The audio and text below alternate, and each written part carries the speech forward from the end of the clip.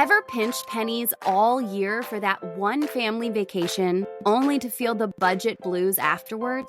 If so, I was just like you. After 3 long vacationless years, I stumbled upon travel hacking and cracked the code to amazing vacations that I could actually afford. Welcome to Hacking Your Wanderlust. In this podcast, you will discover how opening credit cards strategically can save you thousands on travel. We're not just dreamers anymore. We're 2 adventurous moms turning dreams into reality. Join us as we spill all the travel hacking secrets. And contrary to popular belief, traveling on points and miles isn't reserved for the elite or those with overflowing bank accounts. It's for everyday people like you and me learning to turn routine expenses into free travel. Consider us your travel hacking guides. This is Hacking Your Wanderlust. Let the adventure begin. Hi, everybody. Welcome back to the podcast. I'm your host, Mary Ellen. And I am Jo. We're so happy you guys are here today because we're talking about something really special. Something magical, you might say. Yes. Any guesses as to what it, you know what, they already know because they read the title. Oh, that's true. You little cheaters. Cheating. We do not take kindly with that here. No, we are talking about Disney, you guys, and I could not be more excited because even though I have not been to Disney since I was a little kid, I am a huge Disney fanatic. You can always catch me singing Disney songs and watching Disney movies. It is one of my favorite things in the entire world. So it's pretty wild that I haven't been. That is wild, since you were little. Yeah, not at all in my adult life. In fact, you know, what's really sad is I don't remember going to Disney. I only know it happens because I have pictures of it. And so I always said I wasn't going to take my daughter till I was sure she was old enough to remember. But I have to be honest, I did think it would happen before now. I mean, she's about to be 12 and we still haven't made it happen. It's almost time. You're almost there. Well, yeah, now that I've learned about travel hacking and we're going to have on our surprise guest to tell us all about how to do it, like it seems like it's actually in the near future. What about you? You have any great Disney memories? I do have a few. So this is kind of a fun fact. My cousin actually got married at Disney World in Cinderella's castle. Like she had a whole fairy tale wedding at Disney. Is that crazy? I don't think I even knew you could do that. And now it's making me rethink my whole wedding for next year. I know. It's not too late. You got to rebook Disney. Yeah, I don't think that one's in the budget, I have to tell you. But oh my gosh. I know. That is really special. And then the other Disney memory that I have, we went many years ago now. Gosh, time has gone by quickly. But I once did what could be considered the ultimate travel hack, which is not realistic to do again, but I earned a free trip to Disney World for my whole family. Was it, was it a timeshare presentation? It was not a timeshare. So that's how we went when we were kids. No, it was not a timeshare. So in my former life, I'm somebody who has worn lots of hats over the years. I was a teacher and specifically a reading educator. And then I sold children's books for a company formerly known as Usborne Books and More. Now it's known as Paper Pie. It's a phenomenal company. And with my background as a teacher and a reading educator, I just loved their books. And so for a while, when my kids were young and I was a stay-at-home mom, I also sold children's books and I was successful with it. I had a great year and earned a free incentive trip to Disney World for myself, my husband, and my 2 kids. Oh my gosh, that is amazing. And that is so much better than having to sit through a high pressure timeshare presentation with your children, by the way. Like, oh, wow. That's what my parents had to do. I can't remember, but I am sure it was not a pleasant experience. But, you know, anything to get those tickets to Disney. I know. So now next time I'm going to need to pay. But I'm excited to do that with my kids again because I had my 2 older kids got to go, but now we have a little one again. So she's 2.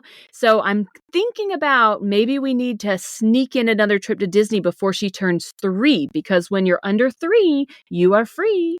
So our time is running Oh. out for us. Yeah, time is running out. So we got to get on maybe planning a Disney trip. But I'm excited to learn from our guest today because I need to make it happen while I still have one little freebie kid.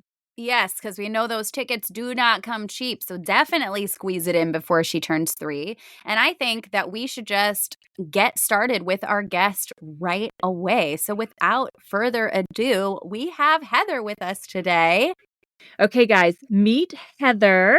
Heather is a homeschooling mama that you can find on Instagram at Homeschooling on Points, and she is a Disney lover. She knows all things Disney, and Joanna wants to plan a trip coming up with her daughter to Disney World. So we thought, who better to have on the podcast than Heather? So welcome. Thanks for inviting me on. I always love to talk Disney and travel hacking with anyone that wants to listen. We are so excited that you are here. And I was even more excited when I saw that homeschooling is another one of the things you do because I was homeschooled. So I have this special part of my heart that every time I hear homeschooling, I go a little soft and I'm just like, oh, these are my people. Even though I was not able to homeschool my daughter, which is a big regret of mine. I just always love people from the homeschooling community. So we are so excited to have you here today to talk Disney. I have been trying to plan a Disney trip for the better part of 10 years. And it's like Wow. I save up and I get my little Disney fund going. And it is the first thing to be wiped out anytime there's an emergency. So to learn that there are ways that I can potentially travel hack Disney is so exciting. So I would love it if you could give us a little bio, tell us how you got into it, and just tell us a little about your journey. Sure. So I started travel hacking in the fall of 2019, specifically because I wanted to take my family to Disney. Our youngest was born in 2018, and at that point, I switched to being a stay-at-home mom. So losing my income meant our travel budget went with my income. And I grew up in Florida. We went to Disney all the time. Disney's one of those places that I just have fond memories from my childhood. So the thought of not continuing to make those with my own kids made me so sad. So I started looking at ways that we could still go to Disney without, paying a lot of money. It's expensive to go to Disney. So that's kind of how I got into travel hacking, was to figure out how can I take my family to Disney World. And honestly, the first credit card that I had, and I still have it because it's my oldest credit card, was the Disney Visa. So my husband kind of pushed me into travel hacking, not really knowing he was doing it, but he joked, he was like, well, use your Disney Visa. We'll have enough points one day to take the kids. And I at the love time, it. I would earn like every purchase ever would go on our Disney Visa. And I would make maybe Aw, like $300 a year in Disney points. I'm like, that's not even going to pay for a single day at the right. parks. Like $300 is hardly anything for Disney. So, but I realized at the time that there were other credit cards I could start opening, and that's what kind of led me into travel hacking. Um, Right. and So which then one where did you go once you figured out that you could really leverage points to make Disney a reality? What credit card did you go to next? So my first travel hacking credit card was the Chasing Preferred. I found a Disney travel hacking group, and that was the credit card that was recommended to me because it was a business card. It wouldn't impact my 524. It would let me earn ultimate reward points, which those are my favorite because they're so flexible. You can use them in so many ways. And so that was my first credit card. And then we just kind of made a plan and went from there. That's a very lofty credit card to start with. Most people are scared of the business cards and so they avoid them. I am an ink card fanatic. We're going to have an episode about that in the Oh, future yeah. because I'm Oh, I am the obsessed same. with them. I also did things in reverse and started with the business cards because by the time I learned what 524 was, I was already too full. So business cards were how I had to start because I was at 424. And so I have Yeah. 2 of the inks. So I am really excited to hear how the inks can help with Disney. It sounds like I'm already on the right track. Yeah, so how do you use Ultimate Reward points then? What do you transfer to in Orlando? Do you use it for Hyatt hotels, or how do you take advantage of the Chase Ultimate Rewards points to make Disney happen? So the thing about Walt Disney World is you have to take all the best advice for travel hacking and throw it out the window. Um, so there are, and I'll get to this when we talk about hotels. There's one Hyatt hotel that I might stay at, but I'll explain why it's not really a great option a little bit later. But there's not really great transfer options. But I pair mine with the Chase Sapphire Reserve specifically because booking through the travel portal there is um, going to be the best option, I find. In fact, this morning I was just switching around our reservations for our trip in January, and I had to book the hotel that I wanted with like points through the travel portal. And because I have the Chase Sapphire Reserve, I was kind of able to save points booking through the travel portal because of the elevated redemption rate with the reserve. So that's what I Right. pair mine with specifically for Disney. So Gotcha. does the reserve have a different redemption rate than the preferred? So the preferred, when you book the travel portal, your points are worth 1.25 cents per point. With the reserve, you get 1.5 cents per point. So like the room that I booked this morning was about $600 cash. And with the reserve, I would have paid about 50,000 points. Or no, sorry. With the preferred, I would have paid 50,000 points. But with the reserve, I paid about 40,000 points for that room. That is fascinating because, in the travel hacking community, it's all about the It preferred. is. Most Yeah. people don't talk about the reserve. So I have never actually even heard that you get a higher value in the Yeah. portal because that's another travel hacking 101 is everyone's like, don't use the Don't do it. Yeah. portal. So, Heather, how can we get actual tickets to Disney? Is there anything you can do to make the actual Disney tickets any cheaper? Not really. There are times where Disney will run promotions. Like this summer, they had a promotion where the tickets were just cheaper in general from Disney. They had like a 4-day, 4-park promotion. Tickets are generally like 120 to 25 or more per day. And this ticket promo was like each day was $100. So from time to time, Disney will have a promotion. Um, but in general, there's not a way to save on tickets. So you just have to find ways to reduce your out of pocket costs with points. I like to do bank bonuses as well to Mhm. help with just the cost of that. We have annual passes. We go enough that we figured that buying annual passes was a good investment in being able to just book hotels and go to Disney. So we have annual passes, but the regular park tickets, there's not really any savings. Back when last time my family went to Disney, we bought gift cards through Target because we Mhm. had a Target Red card and we got 5% off on all the gift cards. And I know a lot of people do depending on what Chase Ink card you have, maybe you buy Disney gift cards at office supply stores just to get kind of 5% off. Is that something that you've done as well?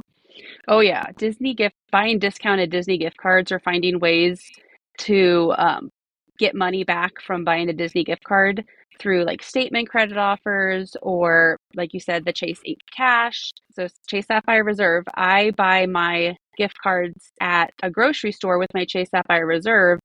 And with that specific card, you can use your points to pay yourself back at 1.25 cents per point. So we just booked, or we're going on Disney Cruise next month. I used a bunch of Disney gift cards that I purchased at the grocery store, and it's not a great redemption value, but I was able to buy $1,000 worth of Disney gift cards for 80,000 points. But that only worked with the Chase Sapphire Reserve. I got you. I love though that you said it's not a great redemption, but this is what our family did because I think so much in the travel hacking world, people get so caught up in we have to get the best redemption. We have to have the absolute best redemption we can. And it's like, no, whatever works for your family to go the place they want to go. If your kids want to go to Disney, maybe it's not going to be the place that you can travel hack absolutely every penny or get the best redemptions, but this is what your family wants to do. And so get the best deal you can and be excited about that. Yeah, it's Oh, all about those yeah. memories, which the travel hacking community loves to do that math problem. How many, points and cents and all of that, and they love to tell you in the Facebook groups that things are not a good redemption. And I just love this because it's you got your goals, you made your plans, and you made them happen. It doesn't really matter what the redemption is. I am interested in a couple of things that you said there. The first is I would love to know how much the annual the season pass costs just for people who might be interested in going that route. And I thought there were different rates for if you live out of state or if you live in state. And then I'd love to hear about this Disney cruise you have coming up and all Yeah. about that because that is on my bucket list. So there are two different rates based on where you live. The out of state pass, we're going to be up for renewal after our January trip. So I think it's in like the $1,300 per person price range, which is very expensive. But I've calculated that if we take 2 trips a year where we would buy separate theme park tickets that are 5 days or more, just for our family, it's cheaper to have the annual pass.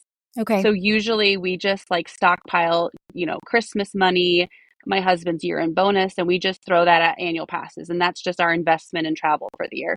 So it's not cheap, but it's worth it for someone that goes to Disney a lot like us. But if you live in the state of Florida, they have an option it's just weekdays and there's blackout dates around holidays, like spring break time, but those start at $400 a person. If you are someone that's like, maybe you live in like South Florida and you want to drive up for a week, which is crazy because a week, like 5 days of park tickets would be way more than that. Yeah. Sometimes I consider like placing residency in Florida, like buying an apartment that we only stay in, a short time, rent it out because it's such a deal if you live in With Florida. homeschooling, hey, I that's a know. possibility. You can do it. I've looked at it several times because it's such a deal. Yeah. I can tell you it was so depressing. So I actually lived in Florida for a time and I thought, okay, when we were going to move to Florida, that's what we were going to do. We were going to get the Disney passes. It was going to be awesome. And then I was pregnant when we moved there. And this was our first child. So it was just my husband and I, but I was pregnant. So we're like, well, we're not going to buy passes while I'm pregnant because I can't ride anything. And then we had a newborn. And then we moved away. And so we Oh, never took advantage and got the Disney passes. And I'm like, we would, of course, love that and use it all the time now with our older kids. But it was kind of a bummer that the brief time I lived in Florida, we weren't able to capitalize on that. We talk about moving to Florida all the time, and this just feels like another thing on the list of why yeah. we should go. I would love to hear about the cruise. Is it specifically through Disney Cruise Lines? They have their own cruise line, correct? They It's do. not run Yeah. through any of the big, No, it's Disney well-known. Cruise Line. Yeah. I think they have 3 or 4 ships now, and they're getting ready to debut another ship next year. This is like my kids' bucket list. They have been begging. In fact, last year I said, would you guys have rather gone on a Disney cruise for like 4 days or have annual passes? Like that's about the same price of like renewing our annual passes or taking a Disney cruise. And they all said they'd rather go on a cruise. And I was like, well, Wow. too late. I already renewed our passes. But all year I've been like plugging away at saving for it. So we're doing a 3-night cruise on the Wish, which is their current newest ship. Um, and it leaves from Port Canaveral, which is close to Disney. So it's a good, like if we're doing Disney before and then we're leaving Disney and going straight to the cruise. Are there So go any ahead. tips to make that possible for people? Cheaper? Any kind Uh, of hacking options? So as soon as Disney releases their schedule, it's best to book. There's not really a way that you can directly use points to book, but what I did was I placed like my initial deposit with on my Venture card, and I had Venture miles to erase that. And then I have a really great what do you call them? Travel agents. And usually with travel hacking, we're not used to using travel agents, but because you're booking directly with Disney, I have a really great travel agent and she like understands travel hacking. And so me changing my payment method every couple of, every time I made a payment, I was like, hey, I need to update my credit card and I need to switch to this or I need to use Disney gift cards. She was great. But like That I did my is awesome. first, yeah, I did my first on my venture card and then I swapped and did my husband's venture card because we both have earned venture and venture X sign up bonuses. So that was a big chunk. And then I mentioned buying Disney gift cards um, with my Chase Sapphire Reserve and using Pay Yourself Back.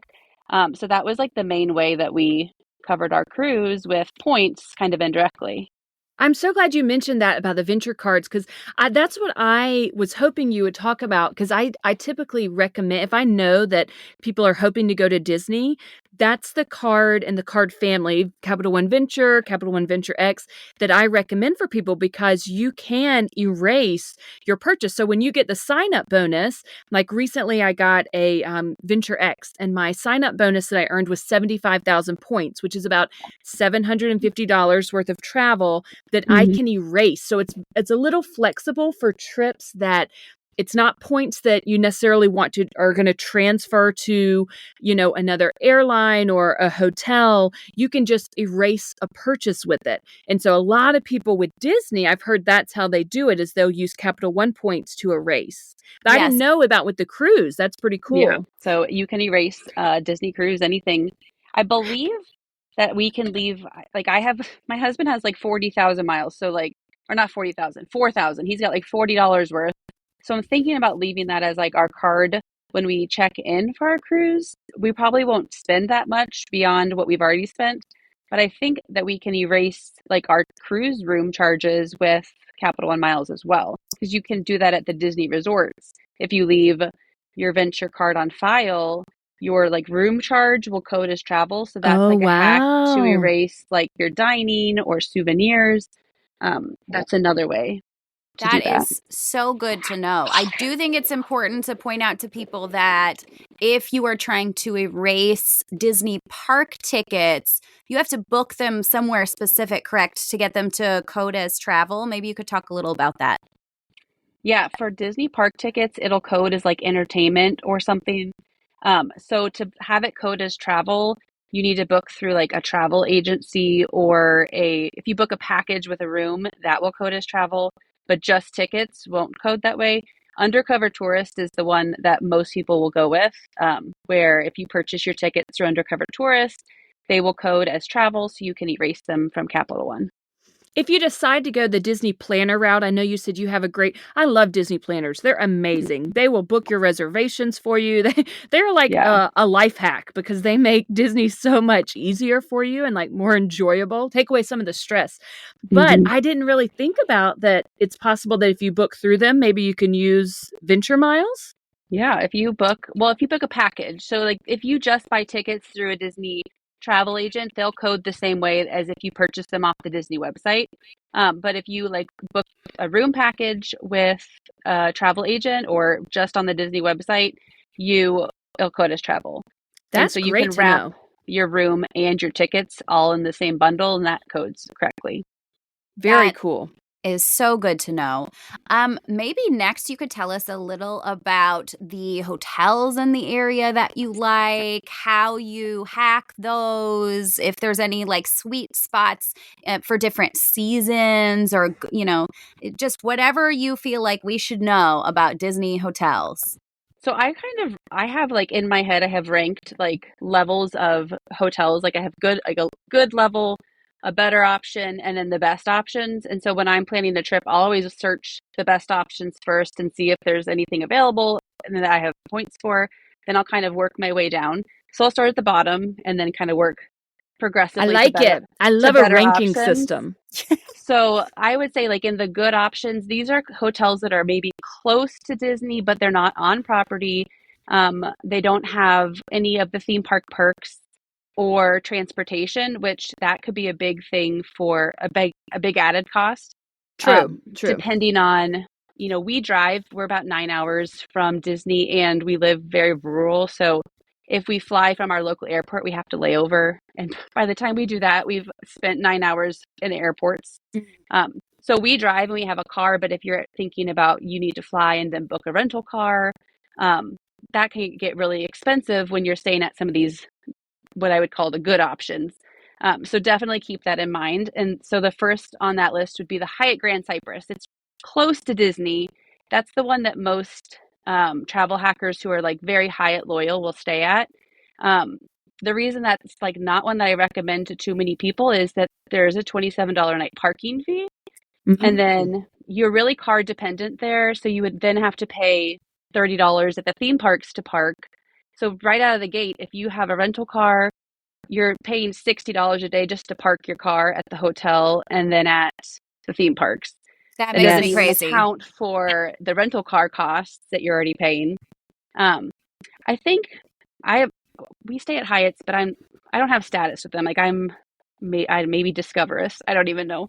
But I think if you're a globalist, like you get free parking. So if you're a globalist and you get free parking and free breakfast, go for it. Like this could be a good option. But if you don't have status with them, you're just going to end up paying a lot extra. Right. And their shuttle is very limited, and I believe it's a paid shuttle.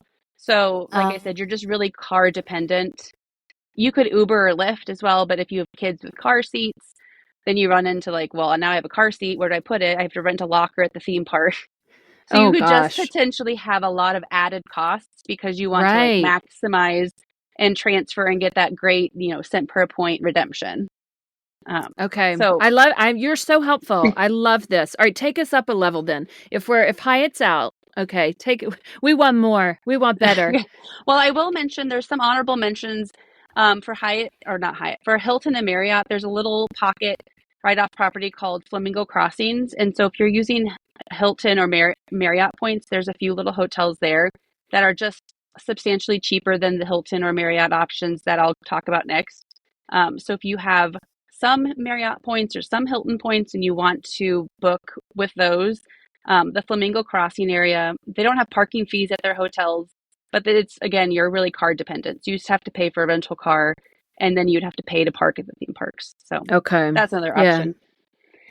So if you go up to the next level, I would consider these are where you start to get some Disney perks. You have transportation from the hotels. So Disney has 3 different levels of their official resorts. They have value resorts, which are like the cheapest. I would kind of equate it to like a Hampton Inn or like a Holiday Inn Express level, where it's basically just a couple of beds, a shower. There's not really much. There's a pool, but there's not like much benefits. Right. And then they have what they consider their moderate, which is just a little bit nicer theming. Same with you have a couple of beds, a shower. The pool is a little bit nicer. But all of these are going to have bus transportation to the parks included. And there's no resort fees. There's no parking fees. So if you do have a car, you can park for free. You don't have to worry about any hidden fees. So that would be a better option, in my opinion, just because you don't have to worry about all those extra costs. And then there are a select few of what Disney considers good neighbor hotels.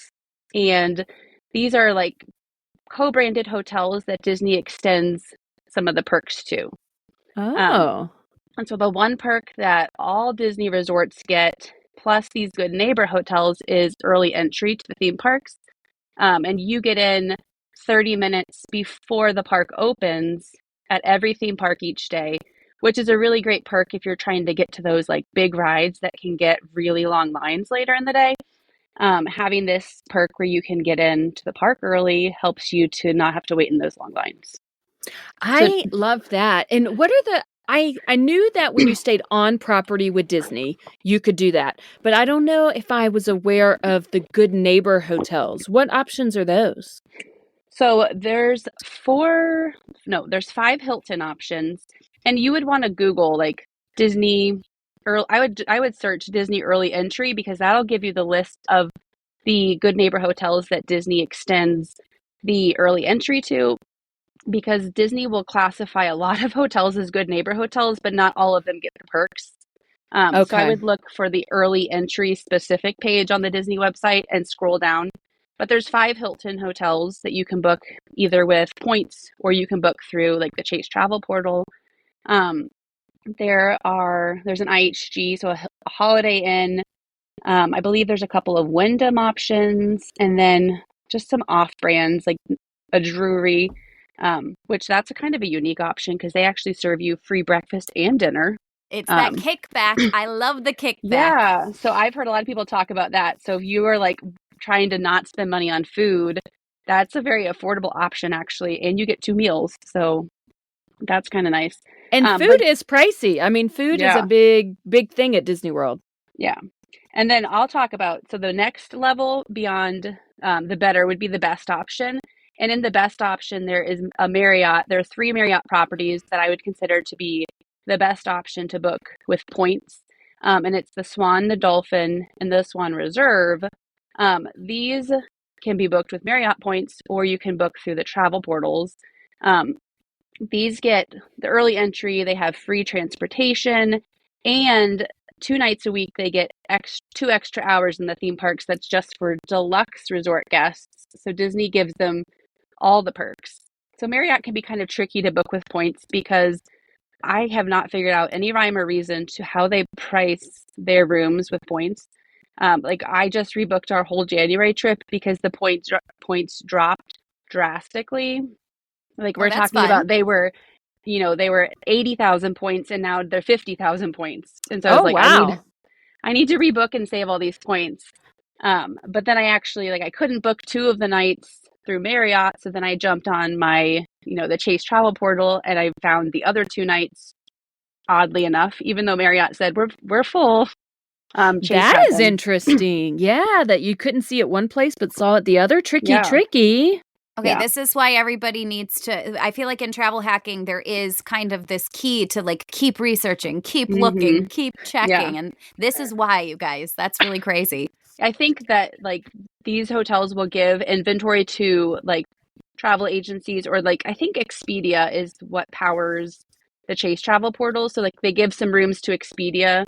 And then if Expedia doesn't book them, maybe they have to give them back to Chase at a certain point. I don't, or not Chase, back to Marriott.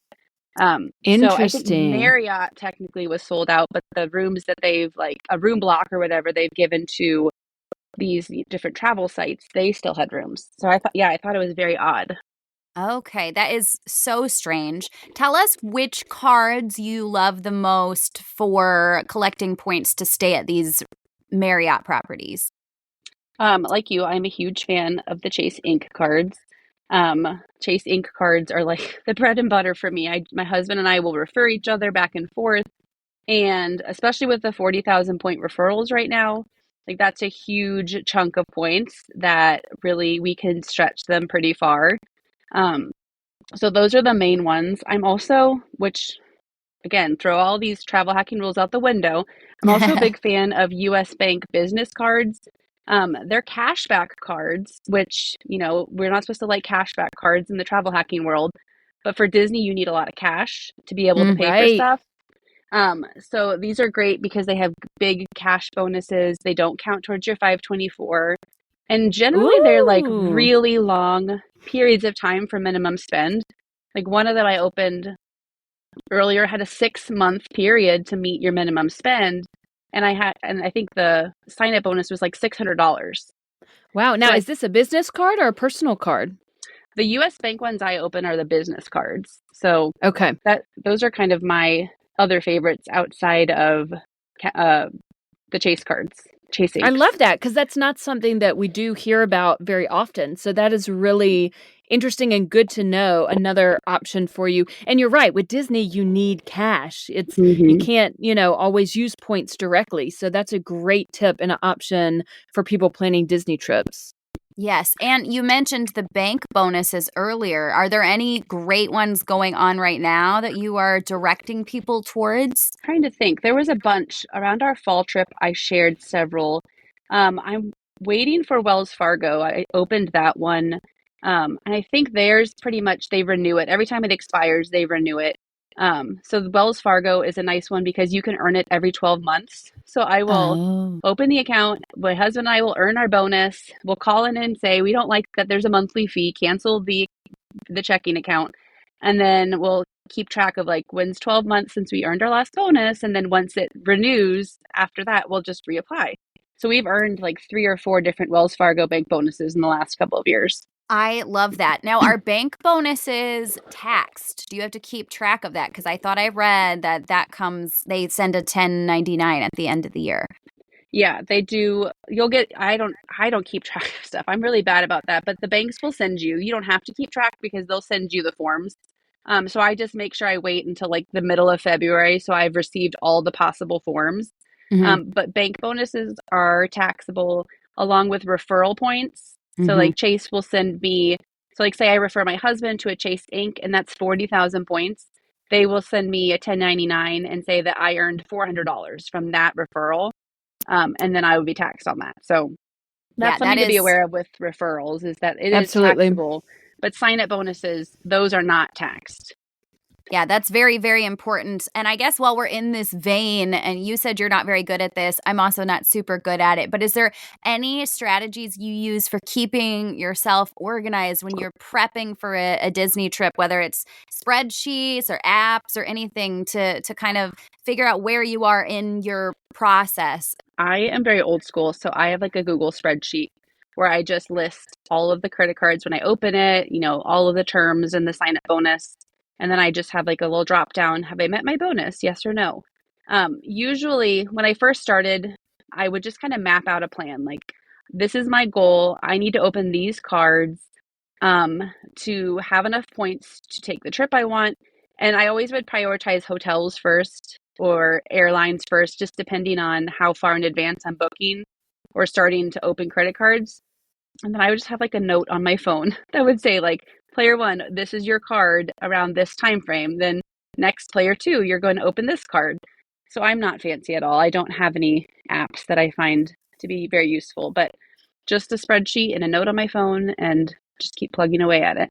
I love a Google spreadsheet.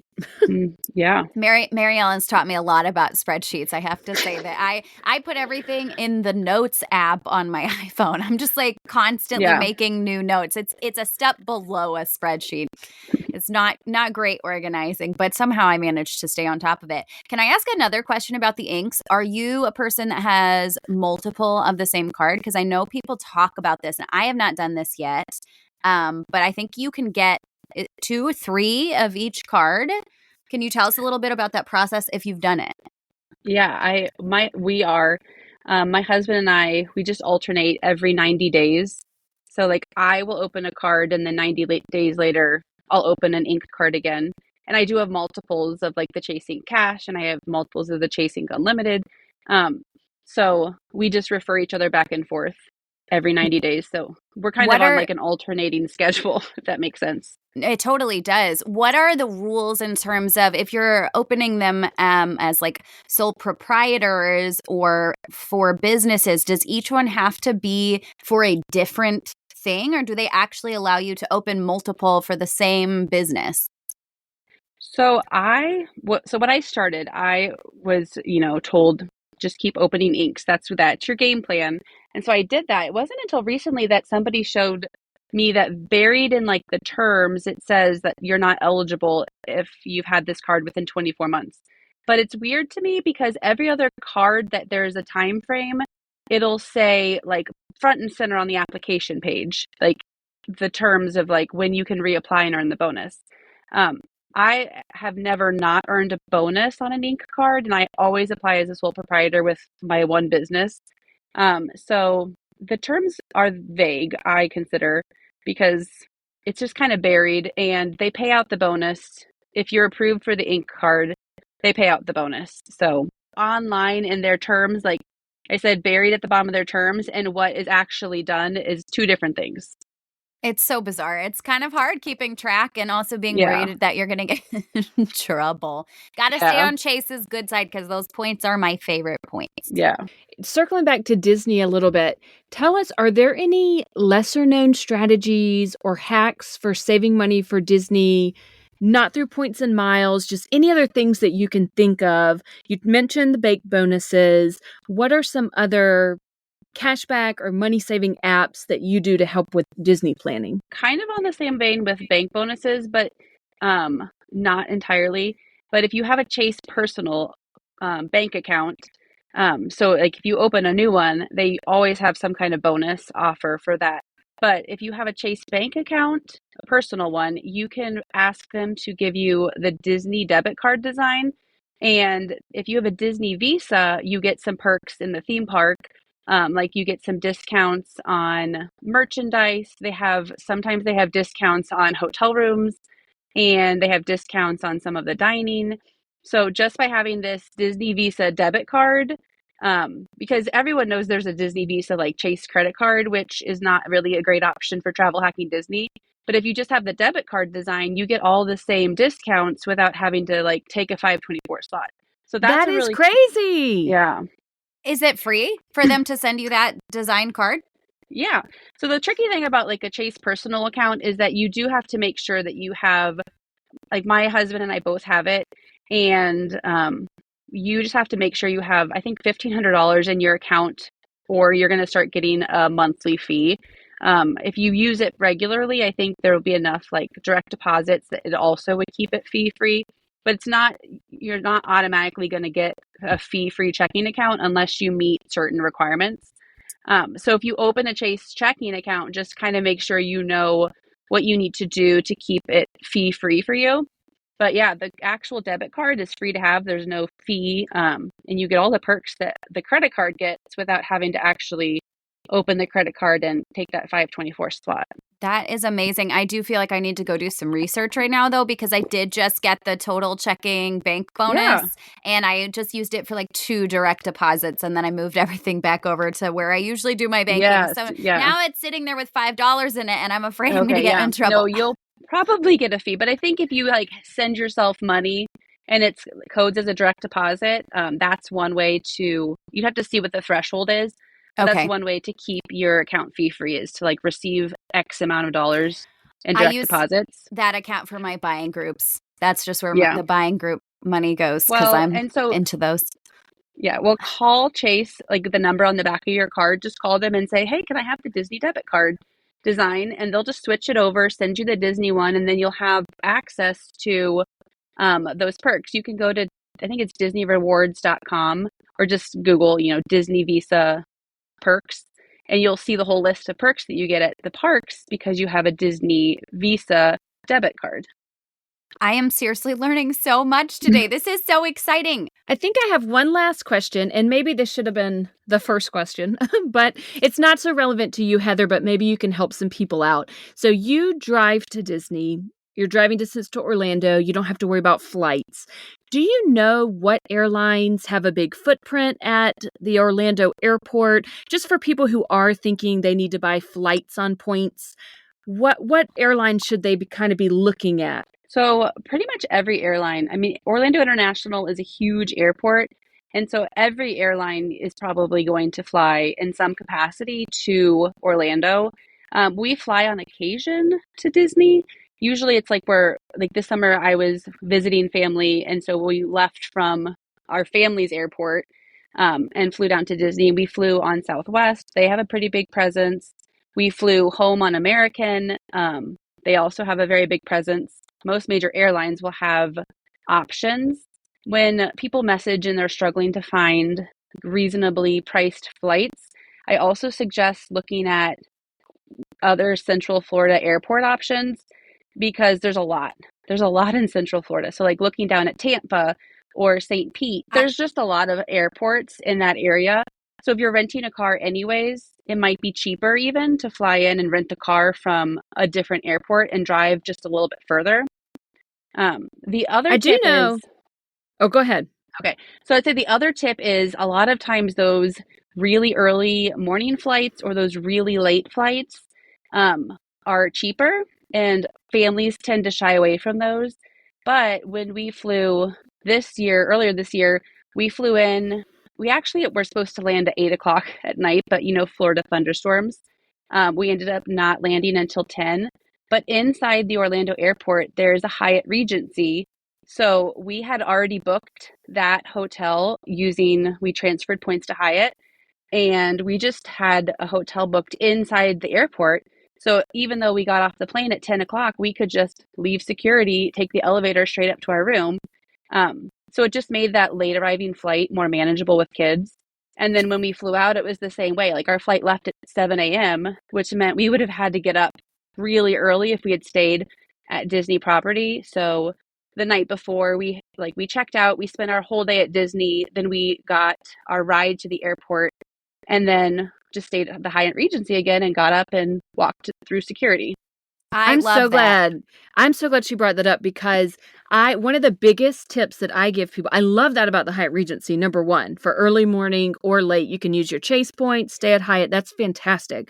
But what I say is that brief time that I lived in Florida, I can tell you from experience, you're going to want morning flights Mm-hmm. because especially if it's summertime, it is going to thunderstorm every single day. Go ahead and plan for it. And so when you have afternoon or later flights, you're just at such a higher risk for delays and cancellations that do yourself a favor, even if you're not normally a morning flight kind of person, especially if it's summertime. When you are going to Florida, really consider an early flight because nothing is worse than being stuck in an airport with kids who want to be at Disney World and they're crying because now they're missing their day at Disney World because thunderstorms came up and delayed your flight. So really think about being strategic with your flight times. Yeah. When we took that late flight that ended up getting delayed 2 hours, we had boarded our flight in Louisville. That's where we flew from. And then they were like, well, we're on a weather delay. So we had just sat down on the plane. So they had us deplane. I was meeting my mom and she was in the air. So they had to land at an airport in North Florida to refuel and just sit there for a few hours. So it was definitely chaotic flying in the evening with the thunderstorms. But leaving in the morning while it was early was like right on time. Everything was smooth. So that's a really great option and makes that early morning flight a little bit less tedious We've when you also know. had we've Yeah. also had our luggage be soaking wet because when you Oh, fly yeah. in, say they do land in the thunderstorm, it's pouring down Florida rain and they get your luggage out and then you get your bag and if you don't have like a hard shell, this is a pitch for getting the hard shell cases, Hmm. but our suitcases were just soaked. Our clothes were saturated. It was awful. So I am all about trying to avoid the rainstorms. Yeah, team carry on. I love all of these hacks. I feel like you've shared so much amazing stuff. I feel like I could talk about Disney all day long, but is there anything that you want to leave us with that we did not cover? Any last minute tips? Any seasonal stuff we should be aware of? Just give us your final thoughts on all of this. Yeah, I feel like we just talked about like the tip of the iceberg. There's so many layers and complexities to planning Disney vacations, and Disney has stuff going on all year round. So there's not like you don't have to worry about like, well, I'm missing this because they always have something new and exciting happening, especially at Epcot. You can see they have like a festival pretty much all the time. So like in January, they have January, February, I think March, they do like Festival of the Arts, which is fun. And then they go right into Flower and Garden Festival, which is really fun if you are really into agriculture. And then they switch and do their Food and Wine Festival, pretty much summer through fall. And then right now they have their Festival of the Holidays, which is just, all of the holidays around the world. So especially at Epcot, there's always something going on. So there's not really a bad time to plan a Disney trip. Oh, except maybe like the middle of the summer because it is hot, very hot. Yes. But usually my advice is just to go in with not low expectations, but just reasonable expectations. You can't do and see it all, especially if you're a first timer. There's so much to see. So have a few things each day that you want to see, and then just let it, take your children's lead. Um, because they're going to get tired or it's going to be hot or a ride's going to break down that they want to go on. So just have reasonable expectations that everything is not Instagram worthy. Like everyone will share the highlights of their trip. So there's plenty of times where kids are going to be upset or they're going to be tired or whatever that people don't share on Instagram. So just know that Disney's magical, but it can also be a little bit stressful, just like any vacation. So go in with reasonable expectations and then let yourself be pleasantly surprised when, magical things happen or you get to do so much more than you thought because crowds were low or whatever. I think love that. I do too. I think one of my favorite, it's so funny you mentioned that, my favorite pictures of our last Disney trip, we went in July. That's a story for another day. But it was 1,000 degrees, and my daughter was 2 at the time. And I have a picture of her splayed out on the ground, just like in a full-on toddler meltdown, like tired, sweating. And I was like, she is all of us right now. We loved our trip. It was wonderful. But that moment of her like laying on the ground, like I am so hot and tired, was just like the picture of Disney. Yes, Instagram versus reality. I love that so much. Well, we're going to have you back because I want to hear about your cruise. And I feel like there's, like you said, it's the tip of the iceberg. Like, I'd love to know more thoughts about, some of the magical things to do inside the park. I would love to know your thoughts on Genie Plus and all of those other little hacks. So if you don't mind, we would love to have you back.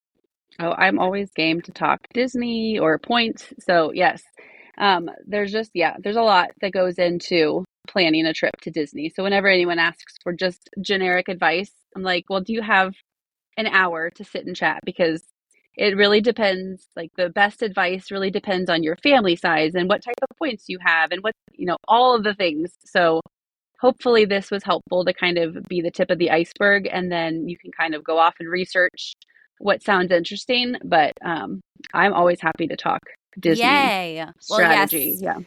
We're going to have to do a part 2. And speaking of research, can you tell everybody where they can find you so that they can go down the rabbit hole of your amazing content?